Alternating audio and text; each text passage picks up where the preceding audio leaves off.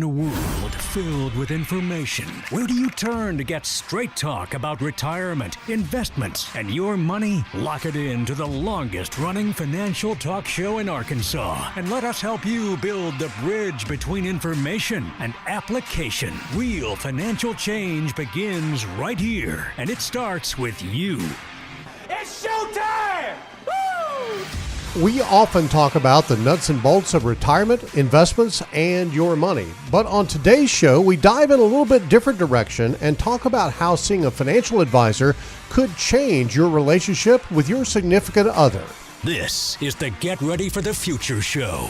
And we welcome you into the Get Ready for the Future show for this rainy Wednesday as we broadcast live from the 6th floor of 3 Financial Center in the capital city. John Shrewsbury sitting in for Scott Inman. With me is my partner, Janet Walker, and our Conway advisor, Teresa Arago. You made it through the storm. I did.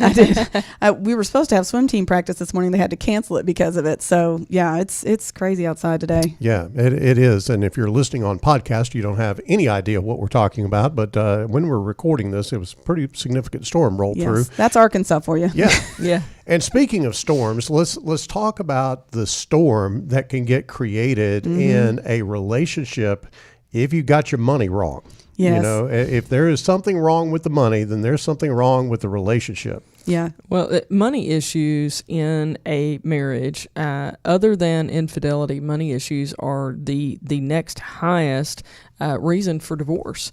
And it is so common, even if you don't get to the point of divorce, it is so common to be a point of significant conflict. You know, people come to how they deal with money through a lot of emotions, Teresa, and, you know, inevitably you've got a husband who was raised one way and a wife who was raised another. You know, there's no way they're coming into the marriage in most cases thinking the same about money, and certainly they've had different life experiences, and it can lead to a lot of problems. Yeah, and I think a lot of people don't think to talk about it before marriage. Yeah. It's not like when you're dating someone, you're like, so are you a saver or are you a spender? What are your thoughts on this? Like, it's just, when do you want to retire? Credit card debt? You know, I don't know that it comes up. I will say when I was getting prepared to be married, I had like $1,200 in credit card debt, but it was my goal to have that paid off, you know, shortly after college. I did it for the t-shirt, right, yeah. You know, but I wanted it to be paid off before I entered that relationship because I didn't want to bring that with me. But a lot of people are bringing student loan debt into the marriage.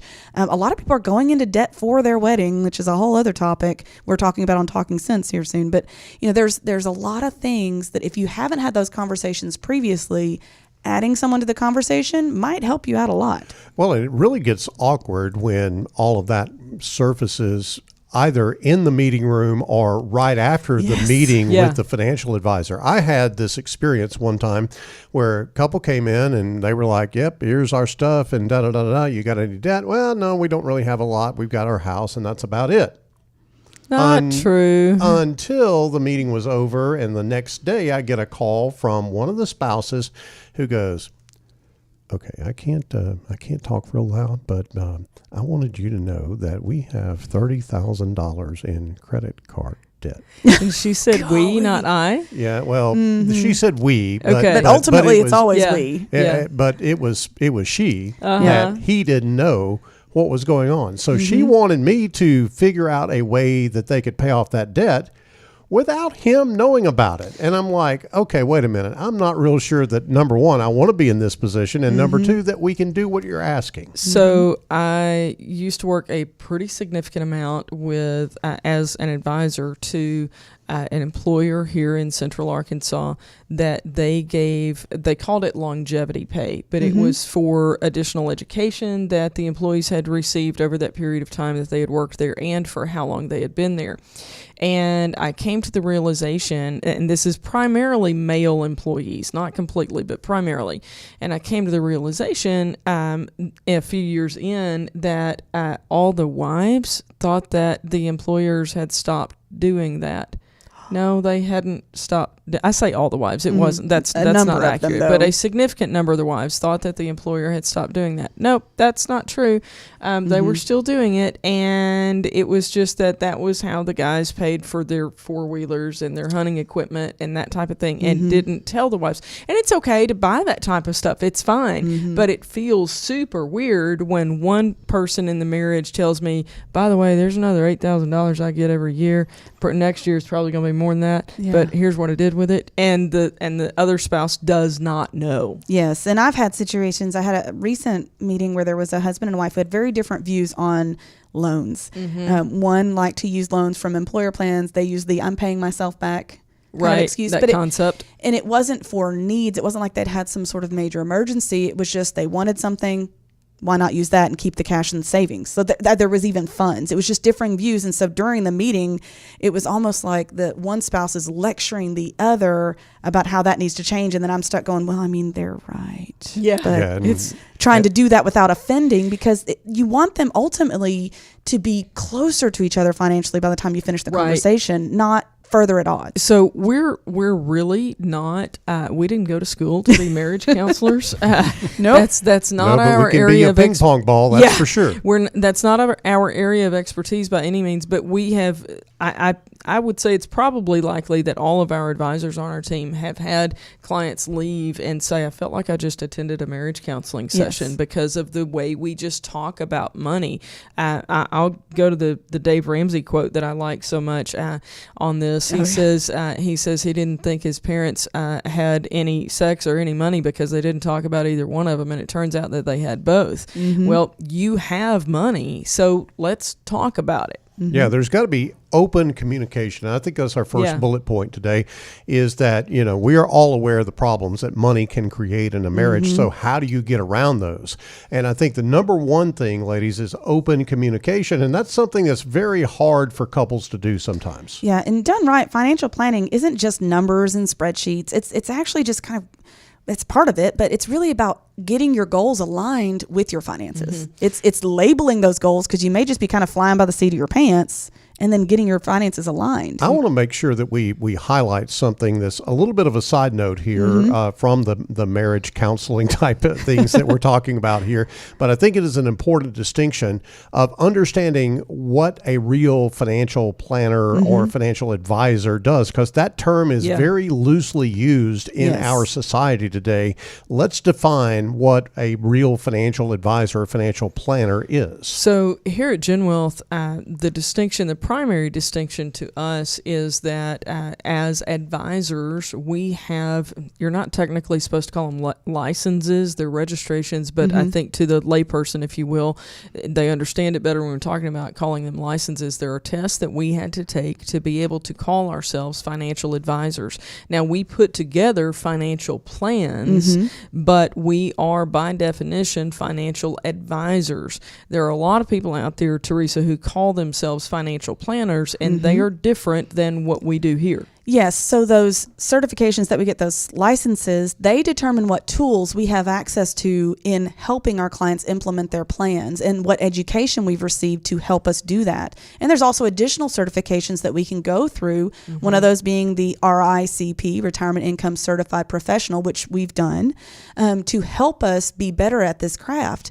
But there are people out there who maybe have an insurance license and they call themselves a planner, or no licenses at all, and they call themselves a planner, but they don't necessarily have the education and tools to see your big picture. They're really just looking at one little piece, or if all they've got's a hammer, everything looks like a nail. Well, and let's be very honest that some people guise financial planning with a sales pitch is really what it is. Yeah. Yes. And it is in disguise sometimes until you get there and you understand, oh, well, this is what we're talking about here. Now, let's be clear.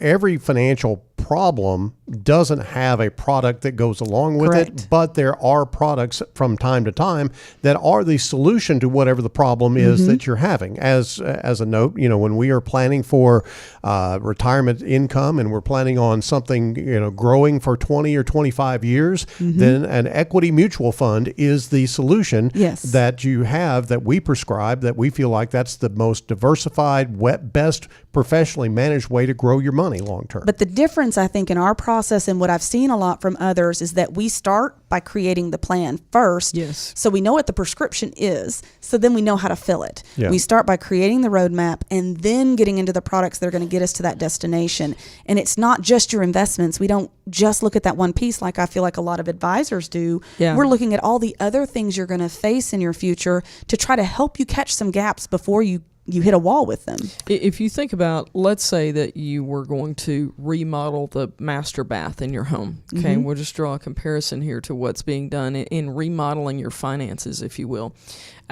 If somebody came to your house and they just brought in their tools and went to work and you didn't have the opportunity to say, I really want to keep this part of it. We really love this particular feature. Can't stand that one. This part over here doesn't even work. If you didn't have a chance to talk through that and express your needs, wants, and frankly, fears or concerns before they start working, that's not a plan. They're just going in there and doing something. Yeah, and the outcome may not be what you wanted in the end. Exactly. So to tie this back into our theme of communication, one area that we delve into a lot with our pre-retirees and retirees is in the area of Social Security. And never before have I seen anything quite like this, but a husband has his idea when he's going to take his, and the wife has her idea of when she's going to take hers, and the two never meet. Well, and I understand where that comes from. Even in a very solid marriage that has very good communication, everything that has ever come to you either electronically or through the mail from Social Security has been to you as an individual, or it has been to your spouse as an individual. There has never been anything from the Social Security Administration to come to you and say, hey, here's how you look at this as a household. And really, that is the most important consideration as we put together a Social Security plan for our clients. There Teresa. are long-term ramifications to the decision you make with that, and they're permanent. Once you've started it is what it is. And I think a lot of people think it's this age or this age. There's no in between. They don't realize it's a sliding scale. Yeah. So there are a lot of variables in there to consider that you may not realize if you're not getting some help. Another thing, I had a client who was 3 days out from getting penalized on Medicare Part A. She has been trying to apply since January and has hit roadblocks because she was a stay-at-home mom for a long time and then a homemaker. So she was missing one credit to qualify on her own record. So what we did, even though that's nothing that I do normally, it's not my role typically to deal with Medicare. I was like, no, we're making a phone call. We're getting somebody on the line. And we got her scheduled for an appointment. The challenge was she did not know the lingo like we do to be able to ask the right question. And it took 30 seconds on the phone with somebody for them to go, oh, you're wanting to claim on your husband's record. Let's get you an appointment and avoid that penalty. And that's the difference between having a financial advisor who is also a planner and just having an investment advisor, or just somebody who's looking at one piece of your puzzle. And I think the other thing that you have to think about in terms of communication is that when you sit down with a financial advisor, you can create a safe space where you can have difficult conversations about money. And you can get that third party involved in it and be able to look at this and go, well, you've said this and you've said this. Here's really the middle ground. And here is what is in the best interest of your overall financial plan, and not stake out those hard positions left and right, so to speak, and have conflict. We have absolutely had clients who come in as a husband and wife with, when certain topics come up, they give that physical posture in a room. And this is not an analogy. This is actually legit. They give that physical posture of crossing their arms and kind of, getting all stiff-necked and poking their lips out a little bit. And I mean, you can feel it in the room. And sometimes we'll even do things like, so, Joe, I noticed you crossed your arms when we started talking about this. Are you kind of uncomfortable about this? And you hear my tone in like how soft and gentle that is, and it's even more so in an appointment. But they come out of there going, well, it might be okay. And we often, Teresa, are able to take a husband who's on one page, way over here, and a wife who's on another page way over here, and go, all right, somewhere in the middle, there is a place of logic that makes sense and is not going to tick you both off. I have a great example for this. This is early in my advising career when I was on my own. I had a couple that came in, and they're one of my favorites now. In the room, he didn't want to be there, arms crossed, kind of being quiet. She mentioned that they had like $5,000 worth of debt left, and they had been busting their backsides to get this paid off. And she said, but he's got $8,000 sitting in a safe at home. And the way they were seeing it was, if the safe money goes away, in his mind, he'll never get it back. Right. It was his safety blanket. The way she saw it is, we've got debt we're paying 22% on. We need to pay that off no matter the cost. And I said, well, okay, what if we did this? You're paying X number of dollars towards the debt. What if you took the safe money and paid the debt off, but then what you put towards the debt now goes back into the safe until it's filled back up? And he went, she's really smart. And it wasn't like it was an amazingly genius idea. It's because I'm unemotional. Yes, they needed an outside opinion on, hey, here's how we can do this. Yes. Yeah. So let's throw another one into the mix here and talk a little bit about the issue of health and longevity. And I love this one because us guys tend to go, I'm going to live forever and there's nothing that's going to stop me. And I'm not going to be here that long, so there's no point to talk about it. That's one of the two. Yeah. There are extremes.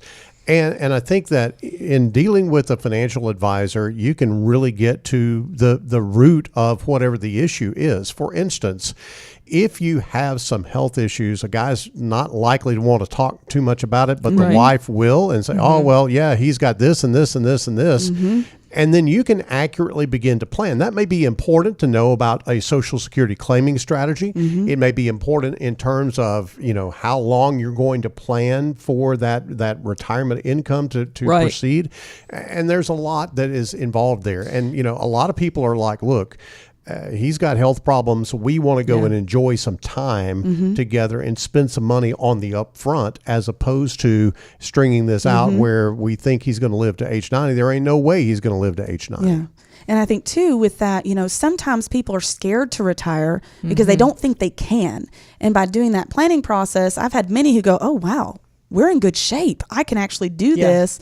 And they're working because they want to. But the statistics are glaring that you're not likely to retire when you want to anyway. Most people, the vast majority, retire because they have to, not because they wanted to. So it's important to be planning for that just in case. Right.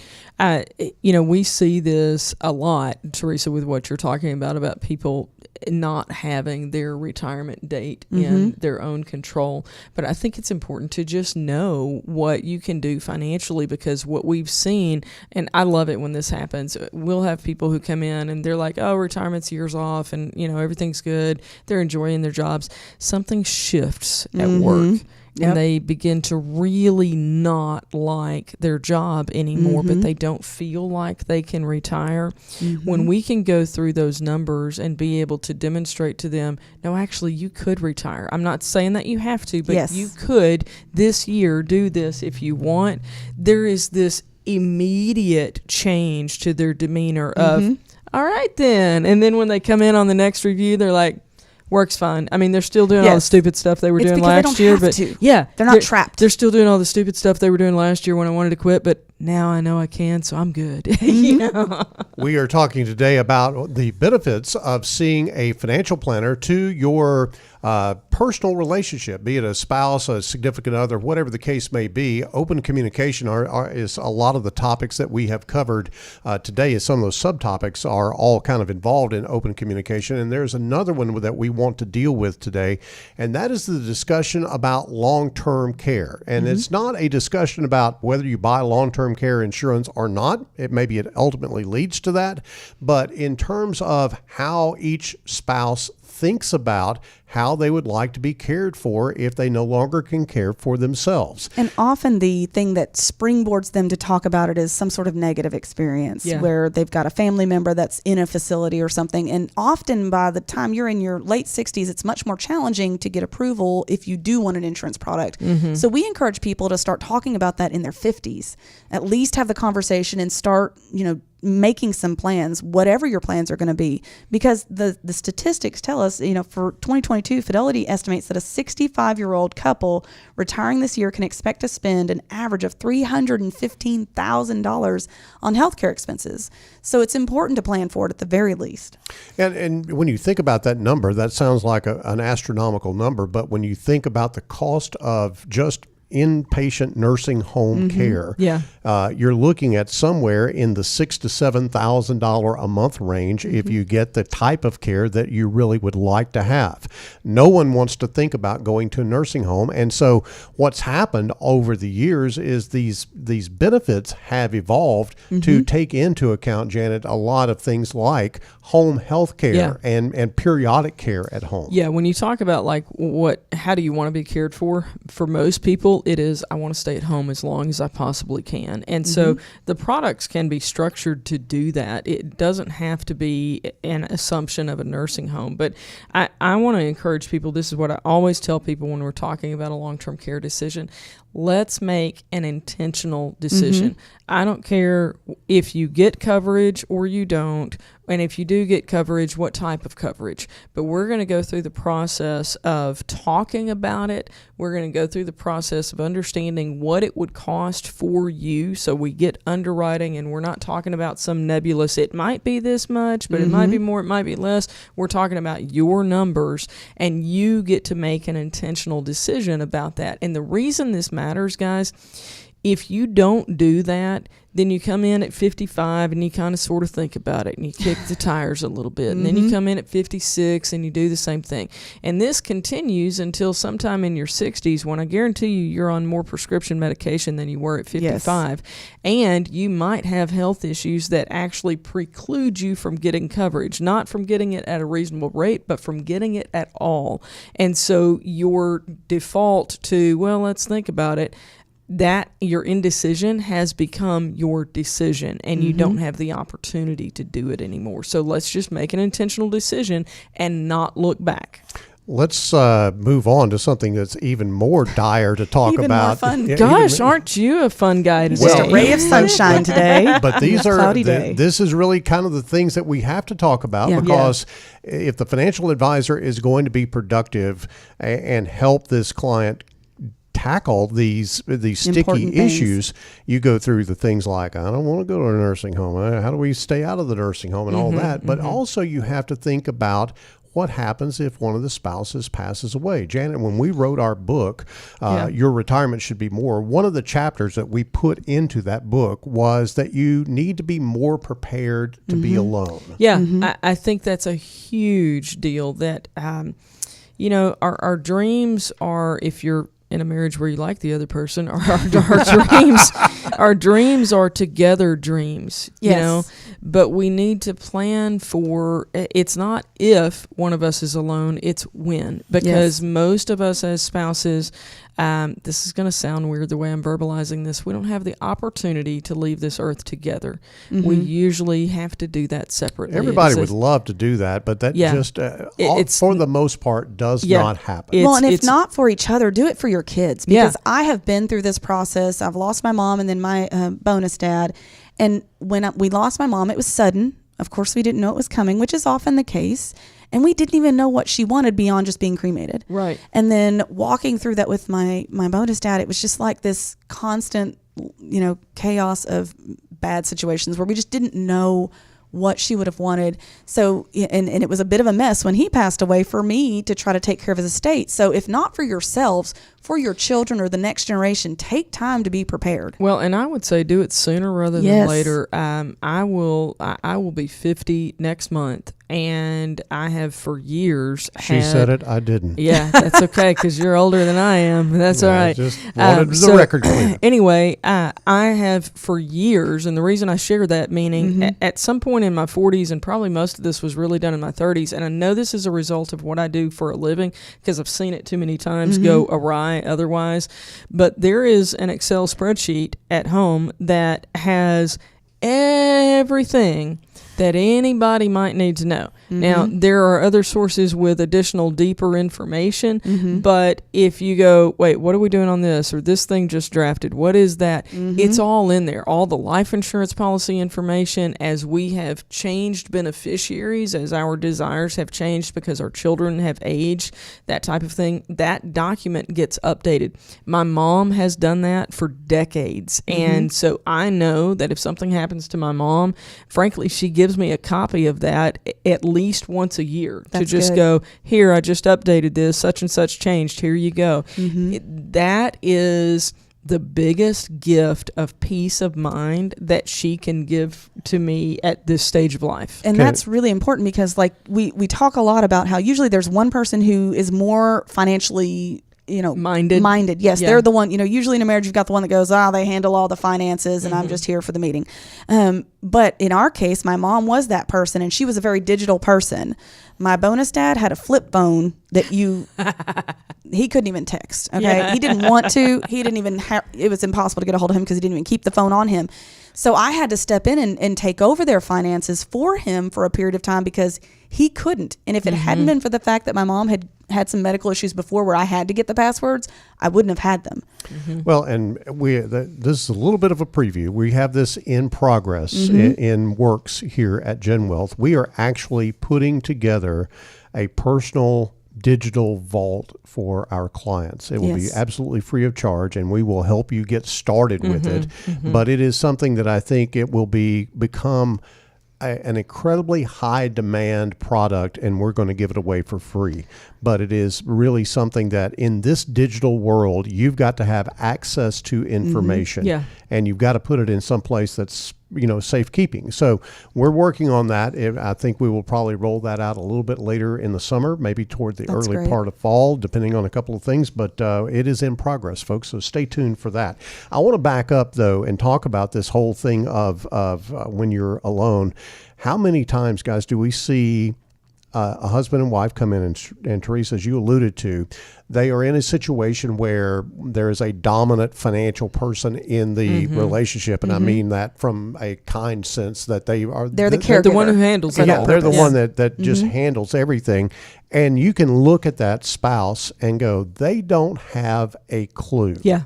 And we do some education and what have you, but it is incredibly important that less dominant spouse, that spouse that is not involved, get involved so that if they are marooned on an island, so to speak, then they at least know how to function. We talk about getting to a comfortable level of understanding, and I'll give you my car analogy on this. I grew up on a farm, and back in the 70s and 80s, when you raised the hood of a vehicle, you could actually see what parts did what. Things have changed a lot these days, but you could raise the hood and see, this does that, and this does that, this does that.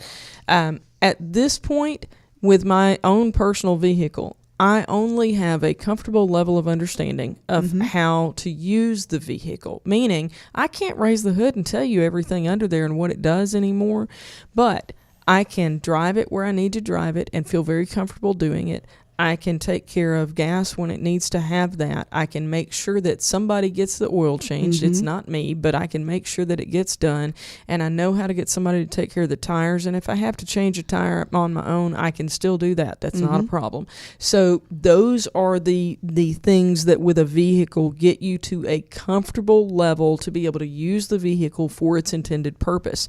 You don't have to know all of the details. So if you're not the financially detailed spouse, you need to challenge yourself to get to a comfortable level of understanding with your financial plan and your finances. So I'm going to go ahead and introduce the large elephant in the room when we talk about this.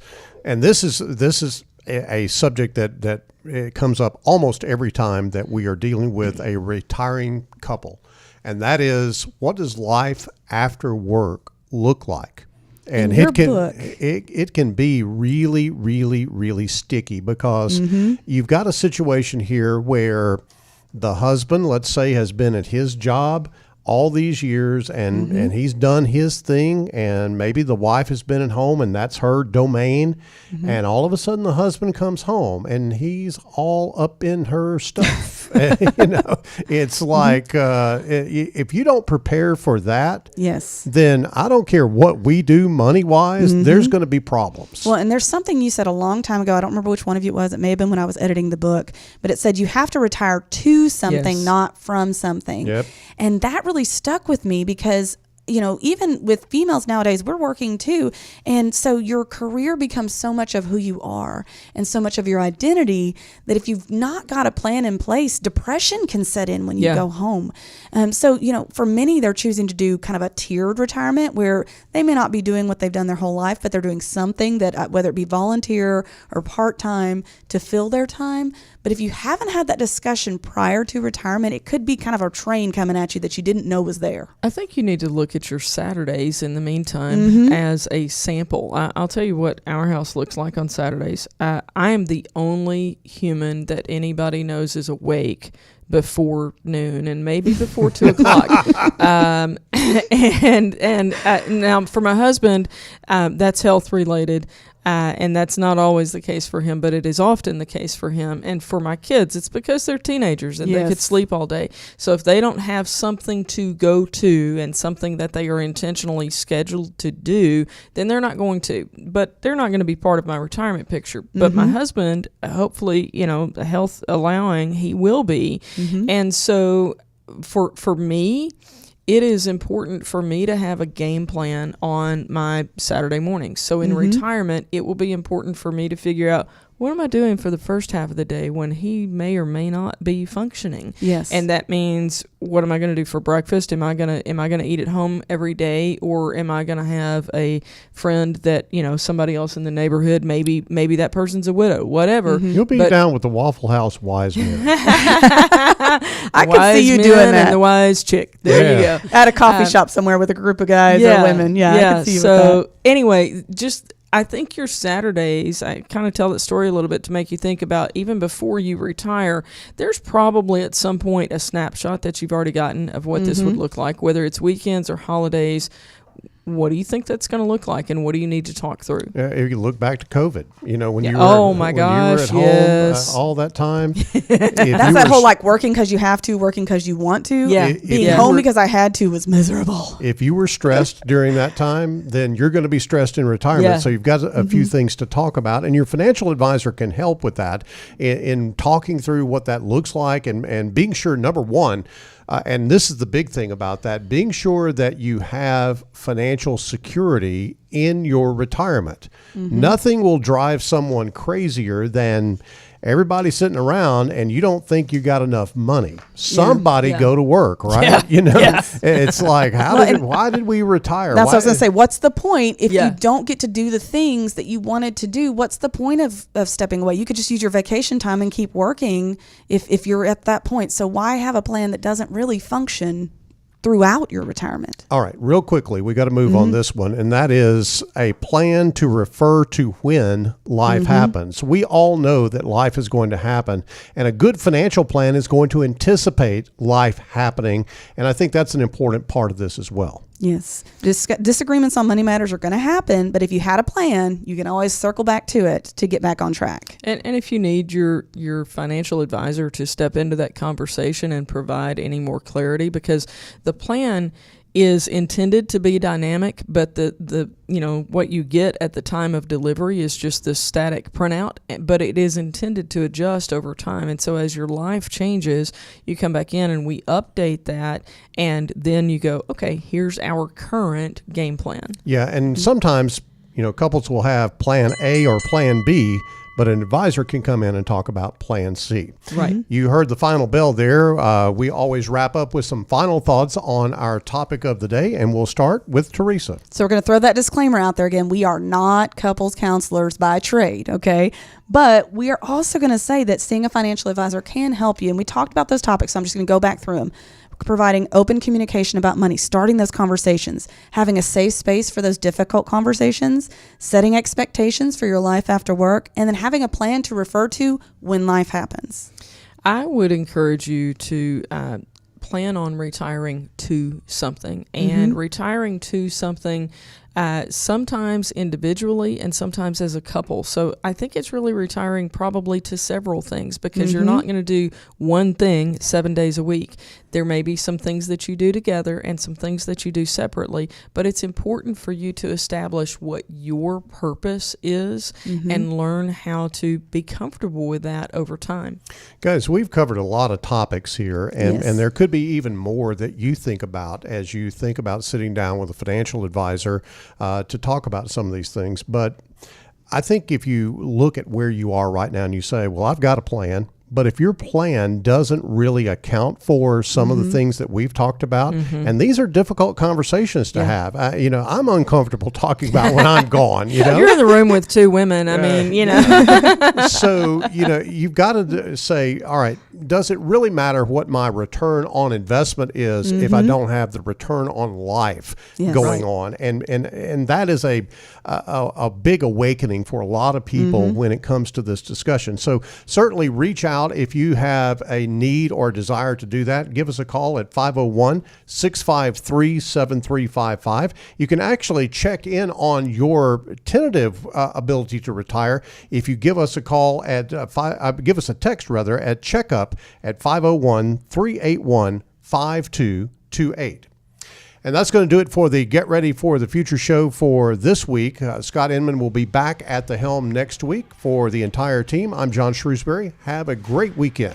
The Gen Wealth Financial Team is available to you 24/7 at info@getreadyforthefuture.com or call our offices at 866-653-PLAN. That's 866-653-7526. You should personally consult a financial advisor before making any investment, and no strategy can assure success. Gen Wealth Financial Advisors is an Arkansas-registered investment advisor with securities offered through LPL Financial, member FINRA SIPC.